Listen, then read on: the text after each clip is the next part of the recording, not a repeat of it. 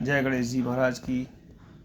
आइए आज चतुर्थी के पावन पर्व पर गणेश जी की कथा सुनते हैं। एक बार गणेश जी ने अपने दोनों हाथों में एक हाथ में कटोरी, एक में चम्मच चावल, एक चम्मच दूध ले करके घूम रहे थे। लेकिन गणेश जी के पास दोनों चीज़ें थीं और बहुत थोड़ा सा दूध, बहुत थोड़े से चावल थे। गणेश जी ने जाकर कई लोगों से खीर बनाने का निवेदन किया, लेकिन किसी ने भी उनकी बात नहीं मानी, क्योंकि इतनी कम चीज़ों में खीर कैसे बनती। आखिर में गणेश जी एक बुढ़िया यानी बूढ़ी माई के घर पहुँचे। उनसे प्रार्थना करने लगे कि वह खीर बना ले। बूढ़ी अम्मा मान गई और गणेश जी ने दोनों कटोरी मांगने लगी। तब गणेश जी ने बूढ़ी अम्मा से एक बड़ा बर्तन लाने को कहा। तब अम्मा ने कारण पूछा तो उन्होंने बोला, इन दोनों कटोरी में मौजूद दूध और चावल की खाली करना है, ताकि इतनी ज़्यादा खीर बन सके कि गांव बढ़ सके। बूढ़ी अम्मा चौंक गई और बोली, यह तो संभव ही नहीं कि इतने से दूध और चावल में बड़ा बर्तन भर जाए। लेकिन गणेश जी के कहने पर वह बड़े बड़े बर्तन ले आई, उनमें चावल और दूध डाल दिया। इसके बाद तो बर्तन चावल दूध से भर गए, जिसे देख बूढ़ी अम्मा चौंक गई।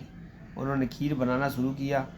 बूढ़ी अम्मा खीर बनाकर बाहर गांव वालों को बुलाने के लिए जाने लगी और गणेश जी से बोली, आप नहा लीजिए, इसके बाद आपको भोग लगाकर ही गांव में खीर बांटूंगी।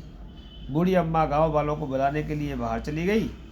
तभी उनकी बहू आई और खीर देखकर उसका मन ललचा गया। उसने थोड़ी सी खीर खा ली। इसके बाद जब अम्मा ने गणेश जी को भोग लगाने के लिए खीर निकालना शुरू किया, तब गणेश जी ने भोग लेने से मना कर दिया। अम्मा ने कारण पूछा तो उन्होंने बताया, माई, खीर का भोग तो पहले ही लग चुका है। गणेश जी ने बताया, खीर किसी और ने नहीं बल्कि उसकी बहू ने ही खाई है। यह जानकर अम्मा दुखी हो गई। तब गणेश जी ने उन्हें समझाया कि खीर नवजात बालक ने खाई है।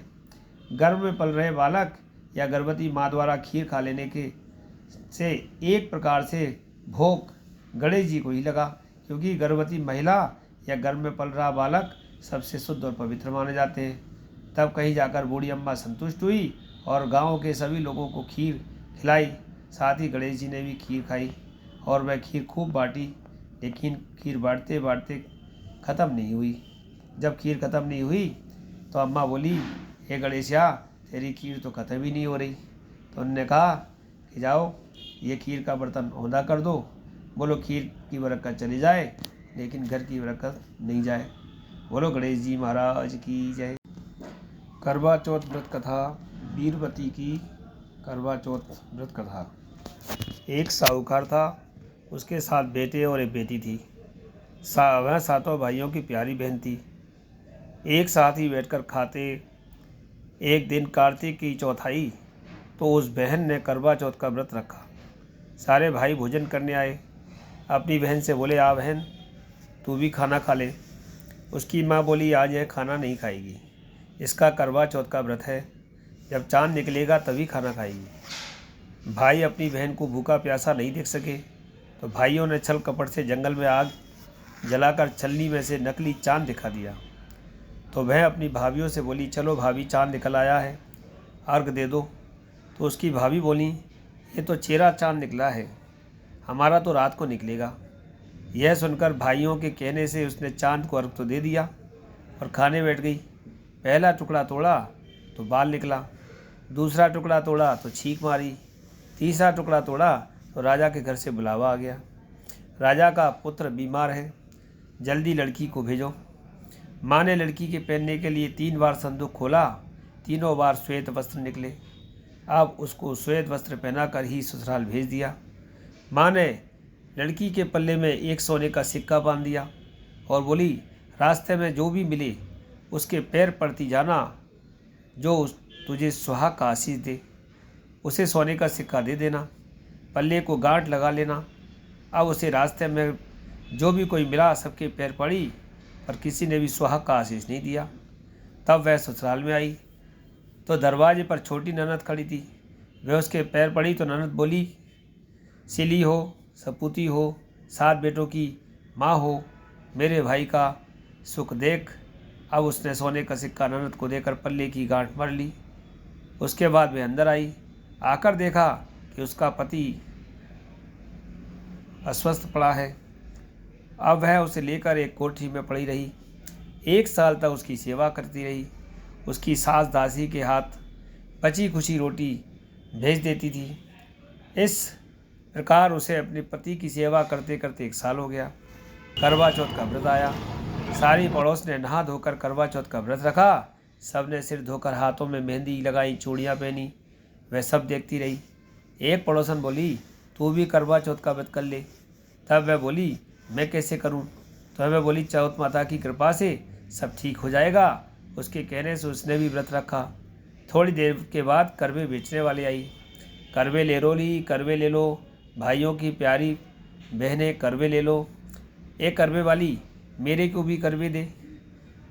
वह कहने लगी, मेरी दूसरी बहन आएगी, वो तेरे को करवा देगी। दूसरी आई, करवे ले लो, करवे भाइयों की प्यारी करवे ले लो। ये करवे वाली, मेरे को भी करवा दे जा। तो वह बोली, मेरी तीसरी बहन आएगी, वो तेरे को देगी। इस तरह 5 बहन आकर चली गई, पर किसी ने भी करवे नहीं दिए। फिर छठी बहन आई और बोली, मेरी 7वीं बहन आएगी, वह तुझे करवे देगी। बस तू सारे रास्ते में कांटे बिखेर कर रख देना। जब वह खूब चिल्लाती हुई आएगी तो उसके पैरों में कांटा चुभ जाएगा। तब तू सुई लेकर बैठ जाना और उसका पैर पकड़कर छोड़ना मत। उसके पैर का कांटा तुम निकाल देना तो वह तेरे को आशीर्वाद देगी। भाई जियो, साईं जियो। जब वह तुझे आशीर्वाद देगी, उससे करवे मांग लेना, तब वह तुझे करवे देकर जाएगी। फिर तू उजमन करके इससे तेरा पति अच्छा हो जाएगा। अब उसने वैसा ही किया। सारे रास्ते में कांटे बिछा दिए। जब वो करवे लेकर खूब चिल्लाती हुई आई तो उसके पैर में कांटा चुभ गया। उसने उसका पैर पकड़कर छोड़ा नहीं और कांटे निकाल दिए। तो उसने आशीर्वाद दिया। तब वह बोली, जब तूने मुझे आशीर्वाद दिया है तो करवे भी दे जा। तो वह बोली, तूने तो मुझे ठग लिया। यह कहकर उसने उसे करवे दे दिए। अब करवे लेकर उसने उजमन की तैयारी की, व्रत रखा। राजा का पुत्र ठीक हो गया और बोला, मैं बहुत सोया। वह बोली, सोए नहीं थे, 12 महीने हो गए आपकी सेवा करते करते। फिर उसने चौथ माता का उजमन अच्छी तरह से किया। अब उसने चौथ माता की कहानी सुनी, उजमन किया। अब वे दोनों चौपड़ खेलने लग गए। इतने में उसकी दासी तेल और गुड़ की डली लेकर आ गई। दोनों को खेलते देखकर सासू से जाकर बोली, महलों में खूब रौनक है, तेरी बहू चौपड़ सार खेल रही है। इतना सुरक्षित सासू देखने को आई। दोनों को देखकर बहुत खुश हो गई। बहू ने सासू के पैर दबाए और बोली, बहू सच सच बता, तूने क्या किया? उसने सारा हाल अपनी सासू को बताया। राजा ने उस सारे शहर में ढिंढोरा पिटवाया कि अपने पति की जीवन की सुरक्षा के लिए सभी बहनें करवा चौथ का व्रत करें। पहले करवे को अपने पीहर में जाकर उजमन करें। हे चौथ माता, जैसा राजा के लड़के को जीवन दान दिया, वैसे ही सबको जीवन दान देना। बोलो चौथ मातेश्वरी की जय, गणपति महाराज की जय। उद्यापन करने के लिए 14 जगह पर 4-4 पूड़ी और खीर, सीरा रख लें, वस्त्र, सुहाग सामग्री रख लें और उस थाली के चारों ओर जल छोड़ करके उसको संकल्प करके ब्राह्मण आदियों को दान कर दें।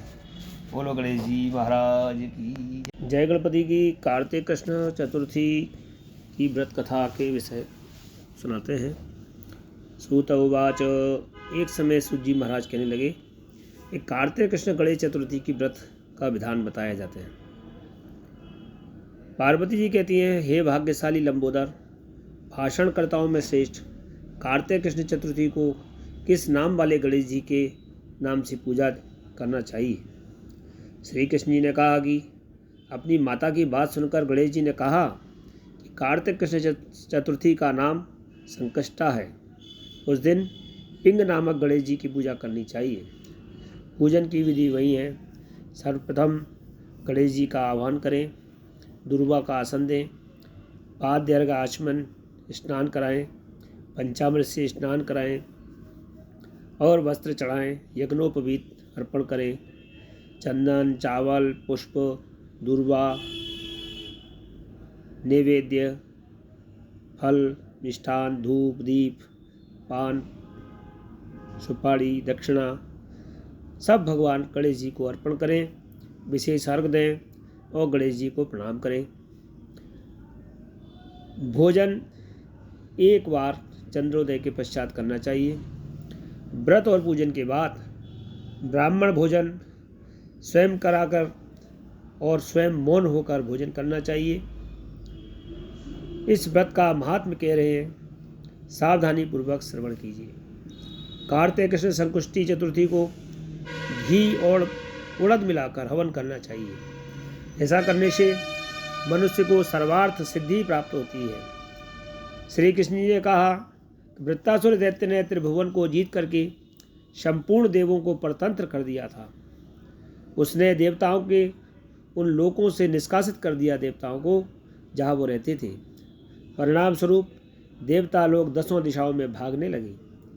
तब सभी देव इंद्र के नेतृत्व में भगवान विष्णु के शरणागत हुए। देवों की बात सुनकर भगवान विष्णु ने कहा, समुद्री द्वीप में बसने के कारण वे निरापद होकर उच्च रंकल और बलशाली हो गए हैं। पितामह ब्रह्मा जी ने किसी देवों के द्वारा न मरने का वृत्तासुर को वर दिया है। अतः आप लोग अगस्त्य मुनि को प्रसन्न करें। भगवान की बात सुनकर के मुनि समुद्र को पी जाएंगे, ऐसा भगवान ने कहा। तब दैत्य लोग अपने पिता के पास चले जाएंगे। अतः आप लोग सुखपूर्वक स्वर्ग में निवास करने लगेंगे। पिता से ही पूरा होगा। ऐसा सुनकर सब देवगण अगस्त्य मुनि के आश्रम में गए और स्तुति द्वारा उन्हें प्रसन्न किया। मुनि ने प्रसन्न होकर कहा, हे देवताओं, डरने की कोई बात नहीं है। आप लोगों का मनोरथ निश्चय ही पूरा होगा। मुनि की बात से सब देवता अपने अपने लोक को चले गए। इधर मुनि को भी चिंता होने लगी कि 1 लाख योजन का विशाल समुद्र को मैं कैसे पी सकूंगा। तब गणेश जी का स्मरण करके संकष्ट चतुर्थी के उत्तम व्रत को विधिपूर्वक मुनि ने संपन्न किया। 3 महीने तक व्रत करने के बाद उन पर गणेश जी प्रसन्न हुए। उस व्रत के प्रभाव से अगस्त्य जी ने समुद्र को सहज ही पान करके सुखा डाला। इसी व्रत का प्रभाव था कि अर्जुन ने निवात, कवच आदि संपूर्ण दैत्यों को पराजित कर दिया। गणेश जी की इस बात से पार्वती जी अत्यंत प्रसन्न हुई कि मेरा पुत्र विश्व वंद्य और सर्व सिद्धियों का प्रदाता है। श्री कृष्ण जी कहते हैं कि हे महाराज युधिष्ठिर, आप भी चतुर्थी का व्रत कीजिए। इसके करने से आप शीघ्र ही सब शत्रुओं को जीत कर अपना राज्य प्राप्त करेंगे। श्री कृष्ण भगवान के आदेशानुसार युधिष्ठिर ने गणेश जी का व्रत किया। व्रत के प्रभाव से उन्होंने शत्रुओं को जीतकर अखंड राज्य प्राप्त कर लिया। केवल कथा श्रवण करने से हजारों अश्वमेध और सैकड़ों वाजपेयी यज्ञ का फल प्राप्त होता है। साथ ही पुत्र पौत्र आदि की वृद्धि भी होती है। बोलो गणेश जी महाराज की जय। श्रीमन नारायण।